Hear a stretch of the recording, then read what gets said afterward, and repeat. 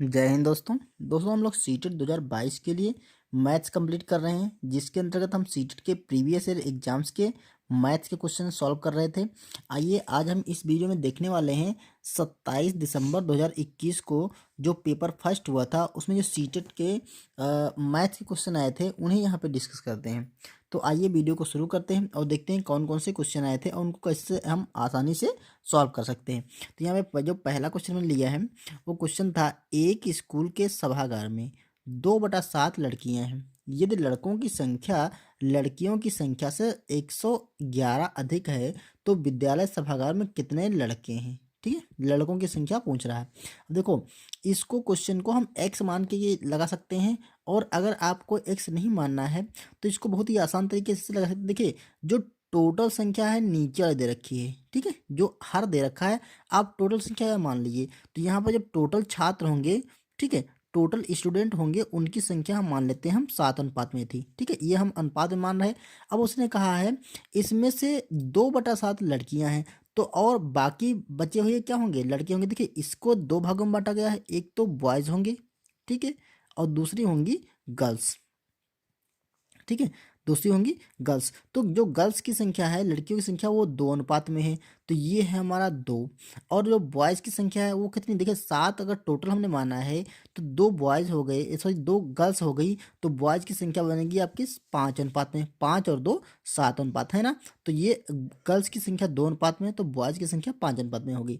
अब देखो आगे दे रखा है लड़कों की संख्या लड़कियों की संख्या से 111 अधिक है। तो देखो यहाँ पर हमें अनुपात में जो माने हैं वो लड़कों का अनुपात ज़्यादा है, लड़कियों का अनुपात ज़्यादा है। तो कह रहा है इनका जो अंतर है, या लड़कों की संख्या से लड़कियों की संख्या को हम घटा दें तो क्या आएगा, 111 आएगा। मतलब हम ऐसे कर सकते हैं 5 अनुपात से और 2 अनुपात घटा देंगे तो बचेगा हमारा 111। ये आएगा लड़कियों की, मतलब ये टोटल जो इनका डिफरेंस आएगा वो आ जाएगा। ठीक है, अब देखो 5 और 2 अनुपात से हम घटा देंगे तो हमारा क्या बचेगा, 111 बचेगा। लेकिन हमें निकालना का, इसको अब ऐसे लिख सकते हैं, जो 3 अनुपात का मान आया वो 111 है।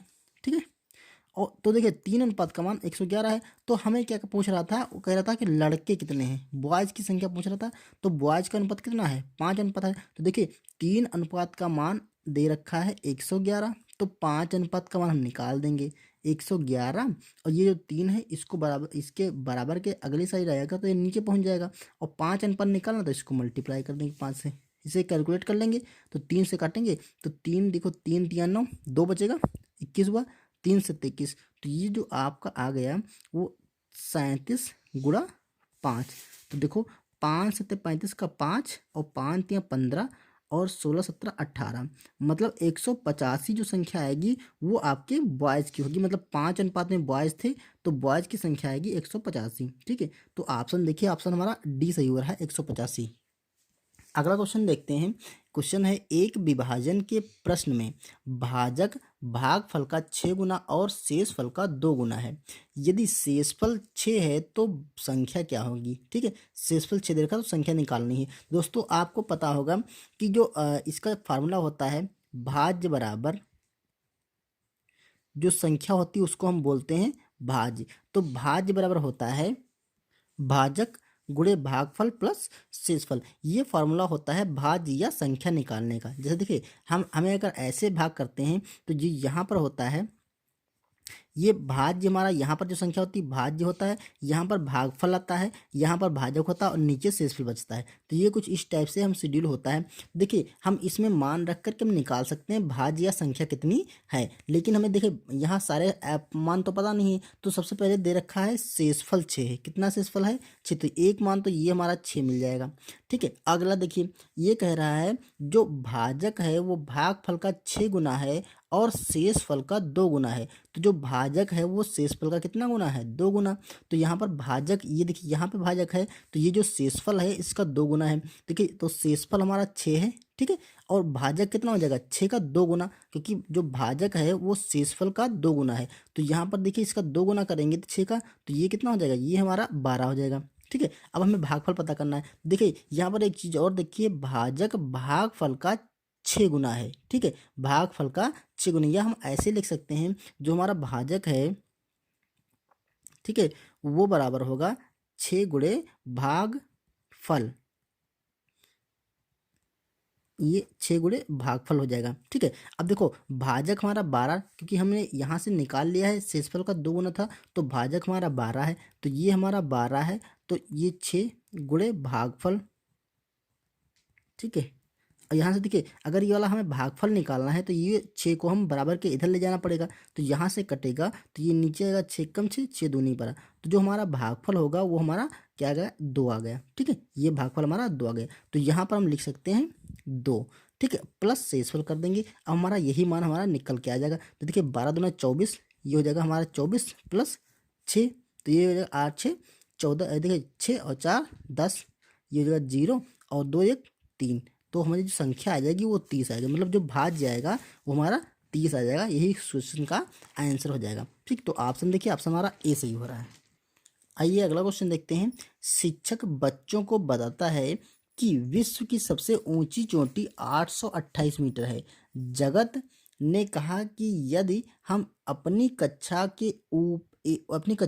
एक के ऊपर एक लगाएं तो 120 कक्षाएं इमारत को ढक देंगी। ठीक है, जगत की कक्षा की ऊंचाई कितनी है? उसने कहा है कि अगर हम 120 कक्षाएं लगा दें तो हम इमारत को ढक देंगे, जो कि इमारत की ऊंचाई कितनी है, 828 मीटर। तो पूछ रहा है कि उसकी जो जगत की कक्षा की ऊंचाई है वो कितनी है। ठीक है, देखो मान लेते हैं जगत की कक्षा की ऊंचाई है x मीटर या h मीटर है। ठीक है, कक्षा की ऊंचाई h मीटर है, तो 120 इमारतें लगाएंगे तो अगर h से हम मल्टीप्लाई करेंगे तो जो टोटल एरिया है, तो सॉरी जो टोटल ऊंचाई है इमारत की वो आ जाएगी। तो इसको अगर हम मल्टीप्लाई कर देंगे 120 से, ठीक है, अगर एक इमारत की ऊंचाई h मीटर है तो 120 इमारत की ऊंचाई 828 मीटर के बराबर होगी, ऐसा क्वेश्चन में कहा गया है। अब यहाँ से हम h का मान निकाल सकते हैं, h बराबर हो जाएगा 828 बटा 120। ठीक है, इसे कट कर लेते हैं। देखो यहाँ सबसे पहले हम 12 से काटते हैं, 12 एकम 12, ये जीरो लगा देंगे, तो 12 से कटेंगे तो 12 छंग 72। ठीक है, 12 छंग 72 लगेगा, 10 बचेगा, 10 के जगह 108 लगाएंगे तो 108 हो जाएगा, तो ये हो जाएगा 12 नवा 108। ठीक है, और अगर 10 से काटेंगे तो ये 6 यहाँ पे जीरो हटेगा, तो यहाँ पॉइंट यहाँ लग जाएगा, तो जो ऊंचाई आ गई h बराबर वो आ जाएगी 6.9। ठीक है, इतने मीटर आ जाएगी। तो ऑप्शन देखिए 6.9 मीटर कौन सा आ रहा है, 6.9 मीटर, ऑप्शन नंबर हमारा बी सही हो रहा है। आइए अगला क्वेश्चन देखते हैं। यहाँ दे रखा है 97 में कितनी इकाइयाँ होंगी? तो बहुत ही आसान क्वेश्चन है। देखिए एक इकाई का मतलब एक, तो 97 में कितने एक होंगे? 97 में 97 ही एक होंगे। 97 अगर इकाइयों की संख्या देखेंगे तो ये कितनी हो जाएगी? 97। तो ये आंसर आपका सी हो जाएगा, 97। ठीक है, आइए अगला क्वेश्चन देखते हैं। यहाँ क्वेश्चन दे रखा है 8 सेंटीमीटर लंबाई और 6 सेंटीमीटर चौड़ाई वाला का एक आयत बनाने के लिए 2 सेंटीमीटर भुजा वाले कितने वर्गों की आवश्यकता होगी? देखिए ध्यान से, अगर हम ऐसे मान लेते हैं कि एक आयत है, ठीक है, इसकी 8 सेंटीमीटर है लंबाई, ये है 8 और ये है 6, तो कह रहा है इसको बनाने के लिए कितने 2 सेंटीमीटर भुजा वाले वर्गों की आवश्यकता होगी। तो आप इसको कैलकुलेट कर सकते हैं या ऐसे कर सकते हैं, इसका टोटल एरिया निकाल लें और हम 2 सेंटीमीटर का जो एक, देखिए अगर ऐसा 2 सेंटीमीटर का ऐसा बनेगा वर्ग तो इसका एरिया निकाल लें, इसके एरिया को हम इसके एरिया से भाग कर देंगे, तो जो वर्गों की संख्या आ जाएगी वो निकल आएगी। तो देखिए इसका जो एरिया होगा, आयत का एरिया होगा वो हो जाएगा 8 गुणे 6, क्योंकि आयत का जो क्षेत्रफल होता है वो लंबाई गुणे चौड़ाई होता है। तो ये देखिए ये हो जाएगा आपका 8 गुणा 6, 8 छंग 48 हो जाएगा। ठीक है, ये सेंटीमीटर में दे रखा तो सेंटीमीटर स्क्वायर हो जाएगा। अब देखो वर्ग का एरिया, ये इसकी भुजा 2 सेंटीमीटर है, तो जो वर्ग का एरिया होता है वो होता है भुजा स्क्वायर। ठीक है, तो भुजा स्क्वायर, तो ये हो जाएगा 2 गुणा 2 बराबर 4। अब हम क्या करेंगे, इसके जो आयत का एरिया है उसको वर्ग के एरिया से भाग करेंगे तो जो वर्गों की संख्या हो जाएगी वो निकल आएगी, तो नंबर ऑफ स्क्वायर हो जाएंगे आपका 48 और डिवाइड कर देंगे 4 से, तो ये कटेगा 1 और 2, तो ये आपके 12 वर्ग आ जाएंगे। ठीक है, तो ऑप्शन देखिए, ऑप्शन हमारा डी सही हो रहा है। दूसरा दोस्तों तरीका इसका ए है। देखिए अगर 8 सेंटीमीटर इसकी लंबाई है तो हम अगर 2-2 सेंटीमीटर के वर्ग रखें तो कितने आएंगे? 1 2 3 4 आ जाएंगे, क्योंकि 8 सेंटीमीटर है ना, तो एक देखिए ये 2 सेंटीमीटर ये लंबाई हो गई, 2 ये 4 हो गई, और ये 2 6 हो गई, और ये 2 8 हो गई, तो 4 इधर 4 वर्ग आ जाएंगे। ठीक है, और यहाँ देखिए कितने आएंगे, यहाँ 6 है तो इसको इसमें 3 वर्ग आ जाएंगे। एक 2 सेंटीमीटर का ये हुआ और ये 2 सेंटीमीटर, ये 2 सेंटीमीटर का, तो 3 वर्ग इधर आ जाएंगे, 4 इधर आएंगे। तो 4 इधर, सॉरी 4 इधर और 3 इधर, तो कितने टोटल हो गए, 4 और 4 8 और 8 4 12। तो कितने वर्गों की संख्या कितनी आ जाएगी, 12। तो ऐसे भी आप निकाल सकते हैं। तो चलिए अगला क्वेश्चन देखते हैं। अगला क्वेश्चन दोस्तों तो है 1 मीटर का 3/4 बराबर है। यहाँ पर दे रखा है 34 सेंटीमीटर, 75 सेंटीमीटर और 3 मीटर 4 सेंटीमीटर, 3 मीटर 40 सेंटीमीटर। तो यहाँ का देखना है, देखिए 1 मीटर का, तो 1 मीटर पर देखिए सेंटीमीटर वगैरह आंसर आ रहा है, तो ये दोनों तो ऑप्शन बिल्कुल गलत हैं, क्योंकि 3/4 दे रखा ना, तो 1 मीटर रखेंगे तो 1 मीटर में होते हैं 100 सेंटीमीटर। अगर 1 मीटर की बात करें तो 100 सेंटीमीटर होंगे। इसका कह रहा 3/4, तो का की जगह हम गुणा लगा देंगे और 3/4 कर देंगे। तो इसको कैलकुलेट कर लीजिए, देखिए 4 से काटेंगे इसे, तो 4 दूना 8 और 4 पंचे 20, तो ये आएगा 25 गुणा 2। तो ये 25, सॉरी 25 गुणा 3, 3 है ना, तो 25 3 75। तो जो इसकी जो 3/4 मान होगा 75 सेंटीमीटर आ जाएगा। ठीक, तो ऑप्शन देखिए ऑप्शन हमारा बी सही हो रहा है। दोस्तों इस समय हम वीडियो रिकॉर्ड कर रहे हैं और आज 1 जनवरी 2023 लग चुका है, तो आप सभी को नया साल बहुत बहुत मुबारक हो। और आपको सीटेट का जो एग्ज़ाम देने जा रहे हैं उसमें सफलता जरूर मिले, ऐसी मेरी कामना है। तो चलिए अगला क्वेश्चन करते हैं। यहाँ दे रखा है 2 -2 +2 -2 +2 और -2, ऐसे करके ये n टाइम्स तक है। ठीक है, n बार हैं ये ऐसे 2, कह रहा इसका मान क्या होगा। अब देखिए ऑप्शन में दे रखा है 0 होगा जब n एक सम संख्या होगी, -2 होगा जब n एक विषम संख्या होगी, प्लस का 2 होगा जब n एक सम संख्या होगी, और 0 होगा जब n एक विषम संख्या होगी। तो इसमें ऑप्शन कौन सा, देखिए ध्यान से इसे पढ़िएगा। अगर 2 से हम 2 घटाएंगे, अगर 2 का जोड़ बना ले, एक जोड़ा ये ले लें और ऐसे जोड़े लेकर चलते हैं। ठीक है, तो ऐसे जोड़े लेकर के चलेंगे तो इसका मान क्या हो जाएगा, 0 होगा।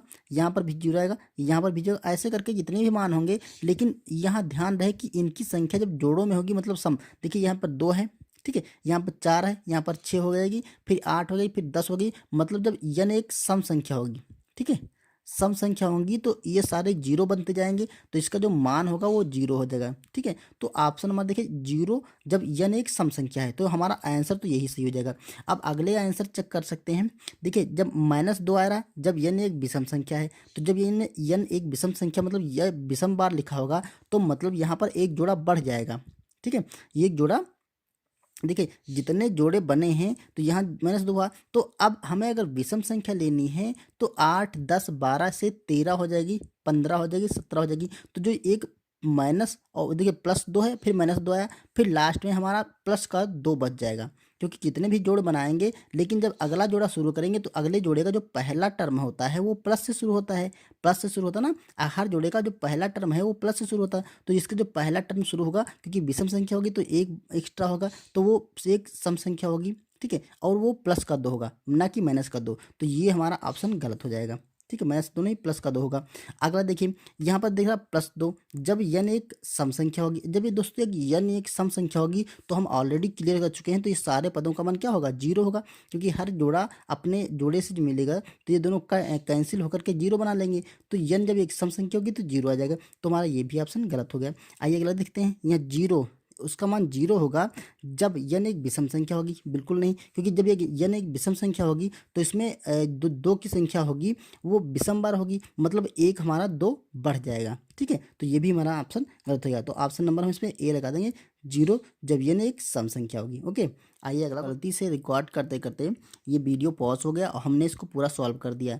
ठीक है, तो हम इसको दोबारा सॉल्व कर रहे हैं इस पेपर पे। तो देखिए अगला क्वेश्चन, जो क्वेश्चन था ये, 10 वर्ष बाद मनीषा की आयु 6 वर्ष पूर्व की आयु की 5 गुनी हो जाएगी। ठीक है, मनीषा की वर्तमान आयु निकालना है। ठीक है, मनीषा की वर्तमान आयु निकालना है। देखिए मनीषा की हम वर्तमान आयु x वर्ष मानेंगे। ठीक है, अब ये बोल रहा है कि 10 वर्ष बाद, तो इसकी जब 10 वर्ष बाद निकालेंगे, 10 वर्ष बाद की आयु, तो हम x में 10 जोड़ देंगे, x + 10, ये 10 वर्ष बाद की आयु। अब ये बोल रहा है कि 6 वर्ष पूर्व की आयु, तो यहाँ पर हम क्या करेंगे, x - 6 कर देंगे, तो ये 6 वर्ष क्या हो जाएगी, 6 वर्ष पूर्व की आयु हो जाएगी। ठीक है, ये पूर्व की आयु है। अब कह रहा है जो 10 वर्ष बाद की आयु है वो 6 वर्ष पूर्व की आयु की 5 गुनी हो जाएगी। मतलब ये वाली आयु जो है ये इस आयु की 5 गुनी हो जाएगी, तो उसको हम 5 से मल्टीप्लाई कर देंगे। तो अब देखो यहाँ से हम x का मान निकाल लेंगे, वही मनीषा की आयु हो जाएगी। तो देखो 5 से मल्टीप्लाई करें तो ये 5x बनेगा, माइनस 5 छक्का 30 बन जाएगा, बराबर यहाँ पर x प्लस का 10 हो जाएगा। अब देखो यहाँ से x का मान निकालना है। देखो हम x को बराबर के इधर से हम इधर लाएंगे, तो ये 5x माइनस का x बराबर यहाँ पर 10 है, और ये इधर जाएगा तो आपका प्लस का हो जाएगा 30। तो यहाँ बचेगा आपका 4x और बराबर यहाँ बचेगा आपका 40। ठीक है, तो x की वैल्यू निकालेंगे तो 4 दाहम 40, तो x का मान आएगा आपका 10। तो मनीषा की जो वर्तमान आयु है वो 10 वर्ष होगी। तो ऑप्शन देखिए, ऑप्शन हमारा डी सही हो रहा है, 10 वर्ष। ओके दोस्तों, ये थे कुछ क्वेश्चन जो कि हमारे 27 दिसंबर के सीटेट के 2021 वाले एग्जाम से हमने लिए थे। उम्मीद है आपको पसंद आए होंगे। चलिए मिलते हैं नेक्स्ट वीडियो में, तब तक के लिए थैंक यू।